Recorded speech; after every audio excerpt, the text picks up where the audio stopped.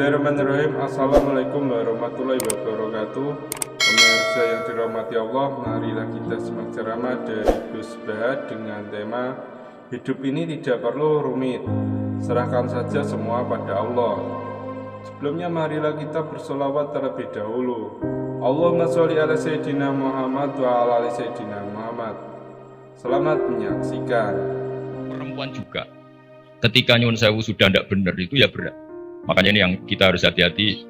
Allah memberi contoh kepada orang-orang kafir, imra'atan Nuh wa imra'atan Lut kanata tahta abdaini min ibadina sholihaini tapi fakhonatahuma falam yughniya anhuma min Allahi syai'a wa qila dkhulan nar ma'al kafirin. Itu contoh yang perempuan gagal. Tapi perempuan yang sukses padahal suaminya itu enggak benar. Ada juga contohnya wa imra'ata Fir'aun.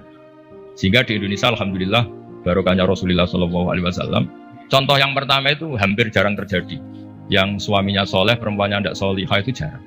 Tapi kalau yang lelakinya tidak soleh, perempuannya tetap solihah itu banyak. Jadi alhamdulillah itu barokahnya Rasulullah SAW. Jadi kebalik kalau di Indonesia malah suaminya nggak bener, istrinya itu bener solihah itu. Itu nggak benernya suami jenengan tuh cek sepele ini Fir'aun. Jadi di Quran tuh cerita ada orang solihah itu istrinya Fir'aun nggak tanggung-tanggung, tapi termasuk legenda. Jadi intinya Quran itu sangat mengapresiasi kesalehannya orang perempuan sampai ada surat Nisa, ada surat Mumtahanah yang agak ekstrim ya surat Mujadilah ini. Ada yang baca Mujadilah, ada yang baca Mujadalah. Kalau Mujadilah berarti pakai isim fa'il, kalau Mujadalah pakai masdar. Nabi itu belum pernah dikalahkan sahabat. Tapi kalau sahabat perempuan itu komplain. Nabi kan ditanya, ya Rasulullah saya ini didihar suami saya. Ya kalau sudah didihar ya kamu haram, nggak boleh kumpul dia. Yang benar ya Rasulullah, ini hukum Allah apa hukum jenengan? Bantah terus. Sampai Sayyidah Aisyah nggak terima. Kamu harus berhenti bantah Rasulullah. Ini Rasulullah jangan kamu bantah. Selagi hukum itu belum dicabut, jenengan tak lapor Allah. Ini Kanjeng Nabi dilawan. Akhirnya, ya Allah nuruti. Makanya akhirnya dihar itu tidak sama dengan tolak. Mereka qad sami Allah qaulal lati tujadiluka fi zawjiha wa tashtaki ila. Terus dalam sejarah itu dereng ngenten hukum dirombak kecuali mergo dimune perempuan. Terus wae cara Pak Hasyim Muzadirin ora ono kiai goblok kecuali mergo disentak bojone. Terus saking tope lu dikomplain. Kanjeng Nabi niki Rasulullah dikomplain. Tapi komplainnya saya ini sakit boleh jazano jenengan. Terus pas dikomplain itu Nabi gak pati nurut. Terus perempuan ini pulang namanya Khawlah binti Sa'labah. Pulang sujud, ya Allah ini ketentuan Rasulullah berdasar hukum adat. Beliau juga gak ngakui kalau itu dari hukum Allah. Memang Nabi itu ada beberapa hukum yang Nabi sendiri kalau ditanya, ada hukum fikih yang memang minallah ini gak bisa diotak-atik.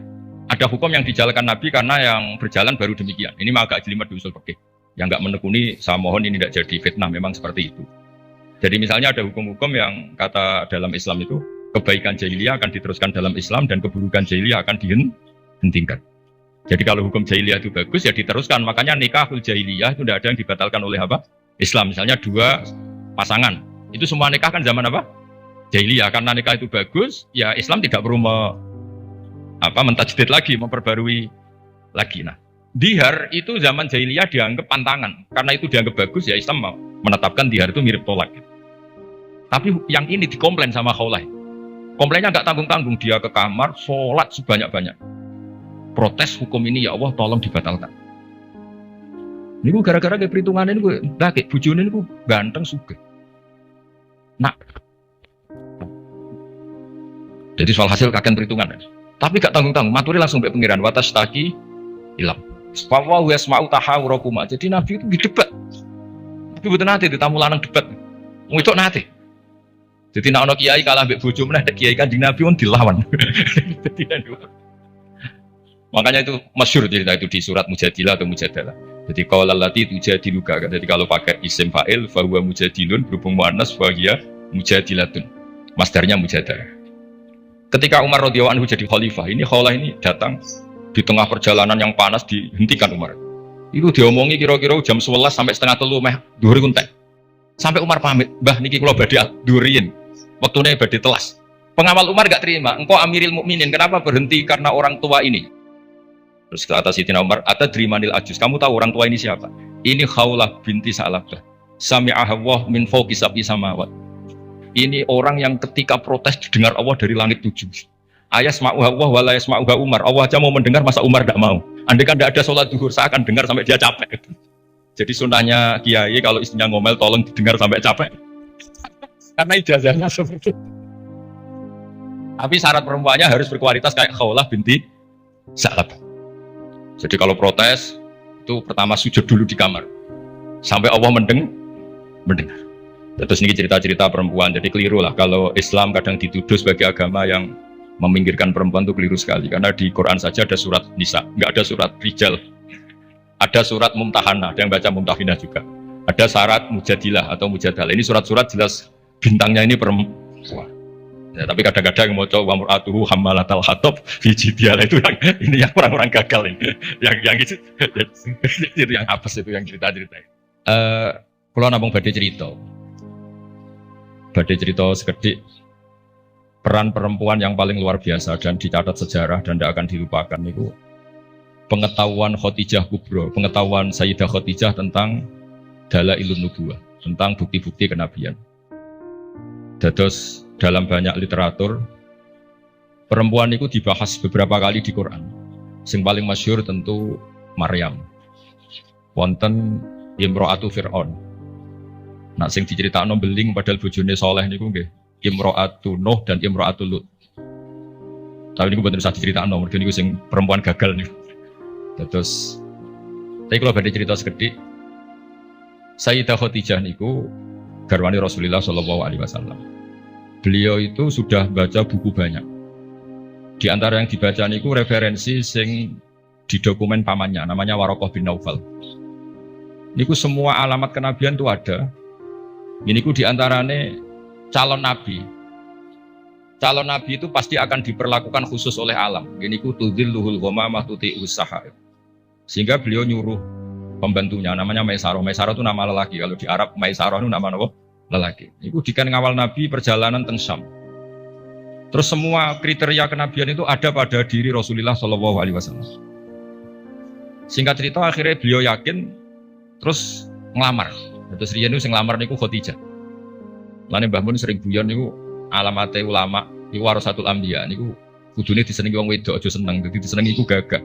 Begirian Nabi Yusuf disenengi Zulaikha, Kanjeng Nabi disenengi Khadijah. Nak seneng sering kecewa. Singkat cerita setelah 15 tahun menikah karena Nabi umur 25, Sayyidah Khadijah umur 40. 15 tahun menanti niku mboten jelas mengarah ke calon Nabi. Jadi alamat itu kok tidak muncul lagi. Singkat cerita, pas Nabi Yusuf 40, Nabi kaget, angsal wahyu, disebut Fazia itu kaget. Akhirnya cerita tentang Khadijah. Sausé cerita tentang Khadijah ini yang agak unik. Dari sekian kriteria kenabian itu ditulis di buku. Tapi ada yang dipunyai hanya oleh perempuan. Terus para peneliti lelaki itu tidak punya itu hanya perempuan dokumennya. Ketika sudah jadi nabi ini Khadijah matur, ya Rasulullah atau ya Zauji itu masih panggil ya Zauji. Nanti kalau teman kamu Jibril datang bilang ke saya. Walhasil malaikat Jibril ini rawuh. Ketika malaikat Jibril rawuh niki radi agak-agak gimana nih? Faka syafat ansaubiha. Buatan usah pikiran yang macam-macam. Barang sebagian tubuhnya dibuka, Khadijah tangkel. Jibril masih. Jari Nabi lari. Terus ditutup malih, ditanya, Jibril ijek, sekarang datang lagi. Ternyata di antara dokumen yang dipunyai Sayyidah Khadijah, kalau Muhammad ini Nabi betul, maka malaikat itu cirinya, kalau melihat aurat perempuan itu lari. Makanya ini dokumen hanya khusus perempuan. Padahal Khadijah ini tidak tahu malaikat tidak tahu. Dan Nabi juga agak ngerti kalau posisinya dites. Jadi Nabi pas santai-santai mbek Khadijah bilang, engkau nak kancamu teko. Kalau istilahkan sohib hukum, kalau yang memberi wahyu kamu datang, bilang ke saya. Itu bukti seakurat-akuratnya. Kalau seorang Nabi itu ummi itu makun tata terimal kita bualal iman, Nabi ada tahu. Tapi definisi kenabian itu orang lain tahu semua. Maka kata para ulama, hampir semua ulama, andaikan Tareh itu menulis awaluman amana mutlakon, itu yang menang Khadijah, bukan Abu Bakar. Jadi partai perempuan yang menang. Jadi andaikan cara penulisan sejarah itu siapa yang pertama iman secara mutlak, tidak melihat kelompok dan golongan, pasti yang menang itu Khadijah, seorang perempuan. Mau ini sengudang ibunya itu dia menang nomor partai perempuan. Jadi kalau ini rada wedi. Nggih, sing jelas niki pertama dan terakhir kula nuruti Mbah kula Mbah Jamil kalah tuwa. Karena saking muslimat. Saya itu diundang muslimat pusat beberapa kali dereng muni yo, ketoke kok ora ono sing luwih tuwa, dadi saged bali lho. Dadi dereng kula turuti hingga detik ini, ketoke ora ono sing luwih tuwa dadi. Tapi nak diundang sepuh kan saged ngancam sithik-sithik. Kalau sederenge diundang untuk mriki ini diundang muslimat beberapa kali, tapi kalau dereng muni yo ketoke kok kata sing nom dadi. Nggih mbahmu dereng sepuh, Mbah Jamil buyut kula boten mbah, cuma kok bahasa buyut boten pati lazim dadi wong niku dulure buyut kula boten Mbah Malih pun buyut. Kula tak cerita. Jadi awal man amana mutlaqan itu harusnya Khadijah. Karena pertama yang diceritani kalau seorang nabi adalah Muhammad, bahkan sebelum nikah. Niku piyambake nikahi Kanjeng Nabi berdasar itu calon nabi karena beliau lama sekali belajar mbek Waraqah bin Naufal. Nah ini yang bunyai-bunyai juga harus tetap membaca. Karena ini temanya tafaqquh fiddin. Jadi membaca itu penting sekali. Sampai pengetahuan Khadijah itu pengetahuannya itu melampaui batas umurnya. Beliau menikahi Kanjeng Nabi berdasar referensi itu. Ketika yakin kalau Nabi adalah seorang Nabi, punya cara sendiri. Sehingga terus kata ulama, ketoke kok ora sopan wong wedok nomor 1, terus ditarikh itu diistilahkan awaluman amana minar rijal Abu Bakar, wa minan nisa Khadijah, wa minas sibyan Ali, wa minal mawali Zaid bin Harisah. Niku empun bahasa yang dipoles dengan kesopanan karena ketoke wong wedok nomor 1 kurang etis, terus partai minar rijal Abu Bakar, minan nisa Khadijah, minas sibyan itu Ali, minal mawali itu Zaid bin Harisah. Tapi andai kan sejarah itu ditulis tanpa melihat golongan, tidak pakai kelompok lelaki, kelompok perempuan, kelompok anak-anak, pasti yang menang itu Khadijah. Jadi ini keunggulan perempuan. Tapi ada sisi lain yang mungkin ibu-ibu gak siap. Tafaqquh fiddin itu, Nabi itu istrinya banyak, makanya benar Gus Yasin tadi. Kalau tanya tugasnya punya apa, yang proteksi suaminya kayak gitu. Saya pernah baca di kitab Fathul Bari, kenapa Nabi itu istrinya banyak? Itu diantaranya itu karena perempuan tuh orang paling nekat menceritakan jeleknya suami. Jadi kalau Nabi itu istrinya banyak, kalau beliau tidak soleh betul pasti konangan. Karena perempuan pasti gak canggung-canggung menceritakan jeleknya suami.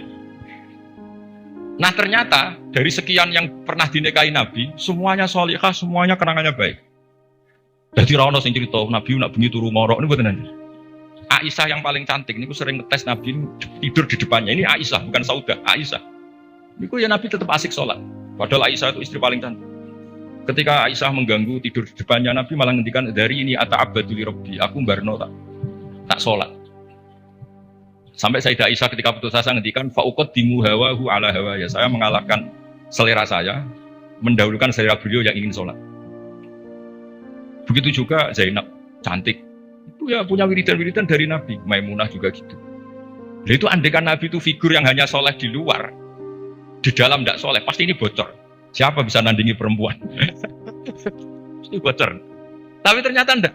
Makanya kata Ibnu Hajar al-Asqalani dalam kitab Fathul Bari itu, adallu dalilin ala nubuwati Rasulillah Muhammad SAW adalah cerita para istrinya. Padahal mereka banyak, artinya banyak itu ya cemburu, ya macam-macam. Harusnya karena cemburu ini kan terus ceritanya ngawur. Ternyata enggak juga. Itu betapa solehnya Nabi SAW. Sampai dungo-dungo sing kados mara kuburan niku yo baru kayak cemburu. Terus Nabi wae teng Sayyidah Aisyah terus keluar, pikiran Aisyah pasti ke istri yang lain ditututi. Terus jenengan gada mata-mata yo ono sanate. Jadi ditututi. Ditututi ternyata mboten pirsa Nabi kalau ditututi. Ternyata kalau malam niku nilii teng baki. Nilii teng baki assalamualaikum warahmatullahi mu'minin wa inna insyaallah bikum lahiqun. Niku riwayat Sayyidah Aisyah berdasar cemburu gara-gara buntuti ini akhirnya riwayat. Oh ternyata bojoku nak dalu iku penggaweane maro kuburan. Terus begitu juga cerita-cerita yang lain. Belum masalah hukum. Dulu hukum itu tidak diketahui kalau tidak barokahnya perempuan-perempuan itu. Ada sahabat agak usil. Gimana hukumnya mencium istri ketika Ramadan? Batal enggak ya? Sing ditakoki adalah jenis-jenis yang kayak Nabi itu ya kita ora napa wis cara ngempet iku kuat lah. Tanya Maimunah, apalagi Saudah. Kata Maimunah, kalau ke saya kayaknya enggak. Yang potensi ya itu tanya ke Aisyah. Karena Aisyah ini paling cantik, paling muda. Akhirnya tanya, Dan dijawab oleh Aisyah, qabalani Rasulullah wa basaim. Nabi itu kalau puasa ya kadang mencium saya, Nabi tetap puasa. Akhirnya jadi fikih, qiblatu zauji li zaujah itu tidak batal. Menciumnya suami ke istri itu asal mencium saja itu tidak batal. Jadi dokumentasi hukum fikhiyah itu semuanya itu, terutama yang masail perempuan itu barokahnya perempuan istrinya Nabi. Tadi benar yang dikatakan Gus Yassin, dokumentasi itu hanya ada di istri-istri Nabi. Makanya kata Ibnu Hajar al-Asqalani, andai kan tidak ada istrinya Nabi, maka dalailun nubuwah, kesolehan orang di rumah itu kan ukuran. Misalnya di luar kiai-kiai kadang ngetokno waroi zuhud, bareng nang omah muangan tuh aduh.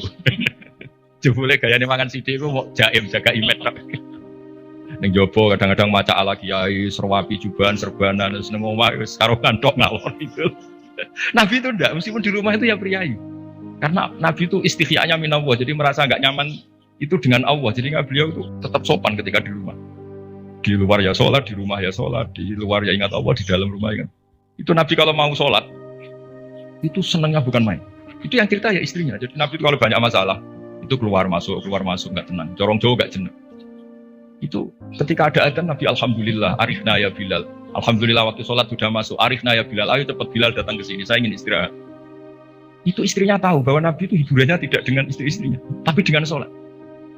Oh istrinya sampean tetap nggak tahu kalau suaminya gitu, pasti tidak tahu karena tidak ada buktinya. Itu Nabi itu kalau belum sholat tuh keluar masuk. Jadi ketika waktu sholat terus arifna ya Bilal, ayo aku kasih istirahat Bilal. Tuh kalau kamu sholat tuh senangnya bukan main. Makanya ngendikan wa qurratu aini fisol. Dan itu kesaksian seorang perempuan. Itu nggak mungkin nggak benar itu karena tadi sekali nggak benar, digeger. Torong jauh dikeranyam kira-kira gitu.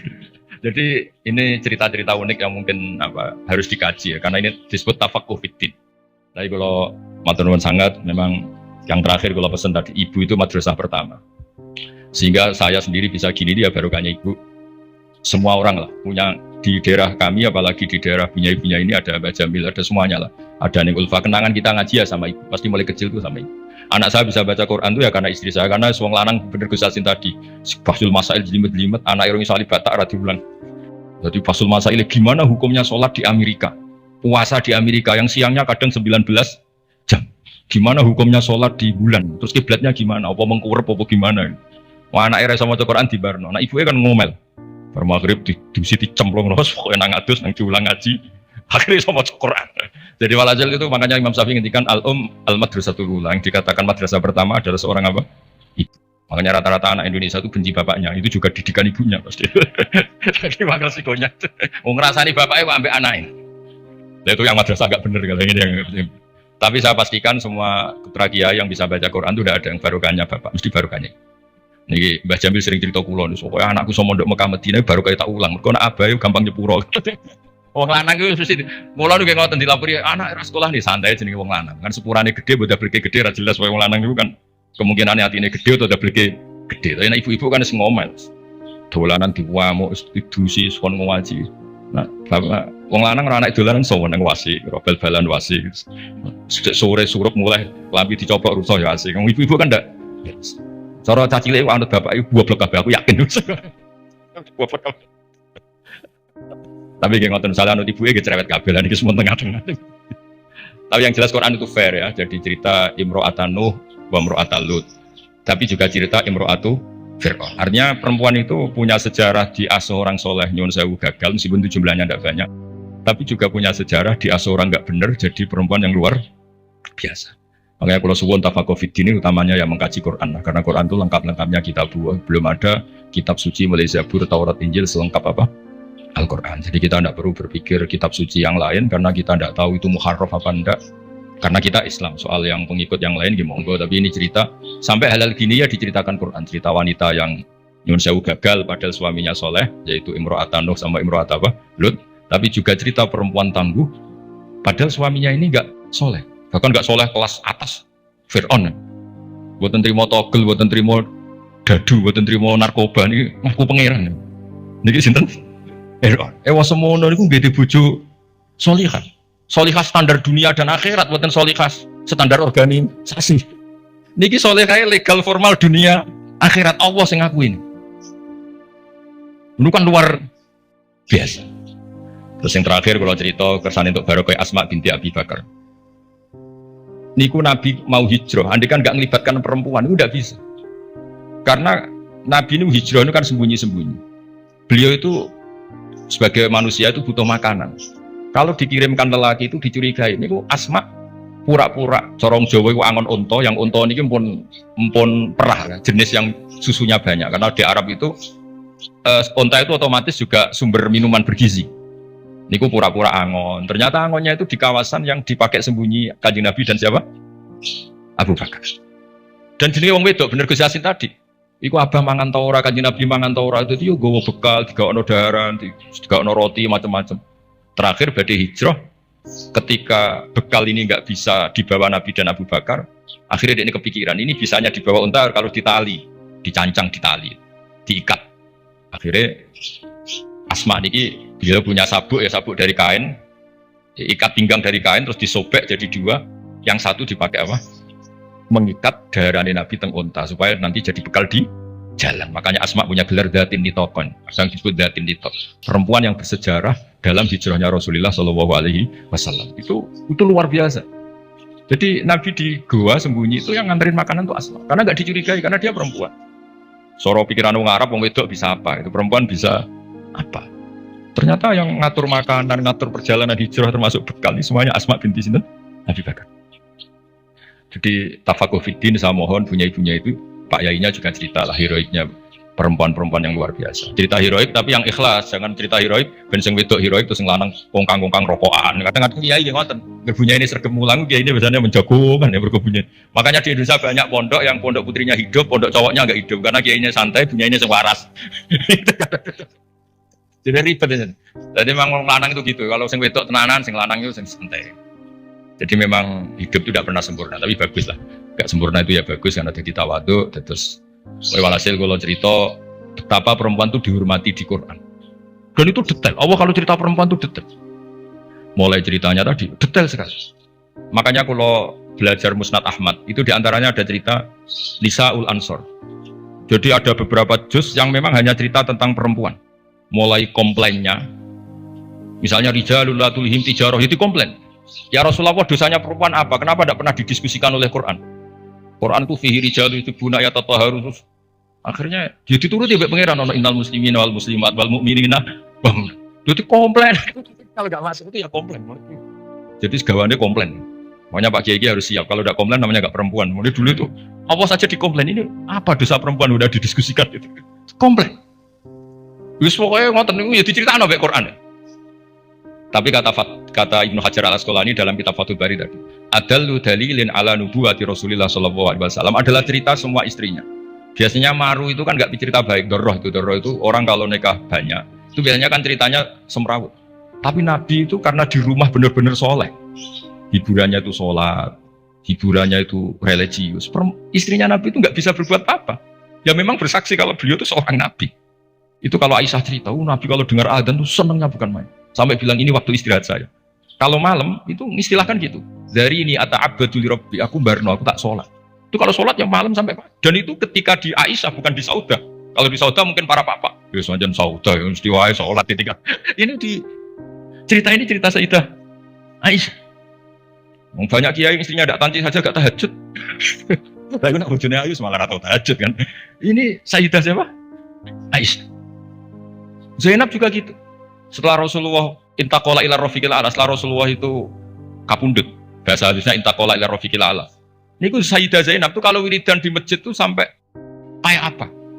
Alasannya ya kenangannya sama Nabi. Beliau kerja jadi penenun, dijual terus disedekahkan.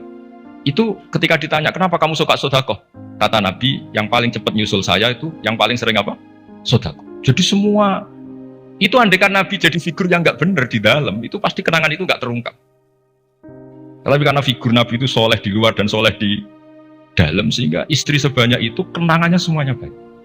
Jadi intinya Islam juga mencatat kesaksian nubuwah itu adalah sebagian besar juga dari seorang apa? Perempuan, termasuk dari Khadijah Kubra. Jadi beliau menyuruh Maisarah itu Nabi ketika umur 25 tahun. Beliau sudah tahu kalau itu calon Nabi. Mutus Maisarah, dan beliau memutuskan nikah dengan Nabi juga berdasar referensi itu. Makanya kata ulama, andekan awaluman amanah ditulis mutlakon tanpa embel-embel minar rijal, minan nisa, minar sibyan, maka pasti itu Khadijah. Tapi kalau jenengan mungkin terjemahnya pasti itu perempuan. Pasti itu Khadijah. Tapi kalau sampean kayak yang suka pasti itu perempuan itu. Tapi yang benar dalam sejarah pasti itu Khadijah, dan Khadijah itu seorang perempuan. Ini buatan maklaran tapi memang itu fakta. Banyak ngoten. Tapi ya perempuan ya tetap perempuan. Tapi Khadijah bisa gitu tuh baru kayak wong lanang. Jadi Warokoh bin Naufal. Makanya ada yang bilang ya Warokoh, Khadijah pinter ngono itu mergo diulang Warokoh.